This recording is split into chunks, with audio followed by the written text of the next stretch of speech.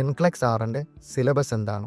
NCLEX ആറിന് പഠിക്കുന്ന nurses നിർബന്ധമായിട്ട് അറിഞ്ഞിരിക്കേണ്ട ഒരു കാര്യമാണ് എൻക്ലെക്സ് ആറിൻ്റെ ക്വസ്റ്റ്യൻസ് എവിടെ നിന്നാണ് ചോദിക്കുന്നത് എന്നുള്ളത്. എൻക്ലെക്സ് ആറിൻ്റെ ക്വസ്റ്റ്യൻസിനെ ക്ലയൻറ്റ് നീഡ്സ് അനുസരിച്ച് 4 കാറ്റഗറി ആയിട്ട് തിരിച്ചിട്ടുണ്ട്. ഒന്നാമത്തേത് safe and effective care environment, രണ്ടാമത്തേത് ഹെൽത്ത് പ്രൊമോഷൻ ആൻഡ് മെയിൻ്റനൻസ്, മൂന്നാമത്തേത് സൈക്കോ സോഷ്യൽ ഇൻറ്റഗ്രിറ്റി, നാലാമത്തേത് ഫിസിയോളജിക്കൽ ഇൻറ്റഗ്രിറ്റി.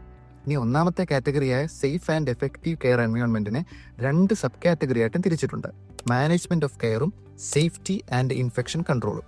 ഇനി ഫിസിയോളജിക്കൽ ഇൻറ്റഗ്രിറ്റി എന്ന കാറ്റഗറിയെ 4 സബ് കാറ്റഗറി ആയിട്ടും തിരിച്ചിട്ടുണ്ട്: basic care and comfort, pharmacological and parental therapies, reduction of risk potential and physiological adaptation.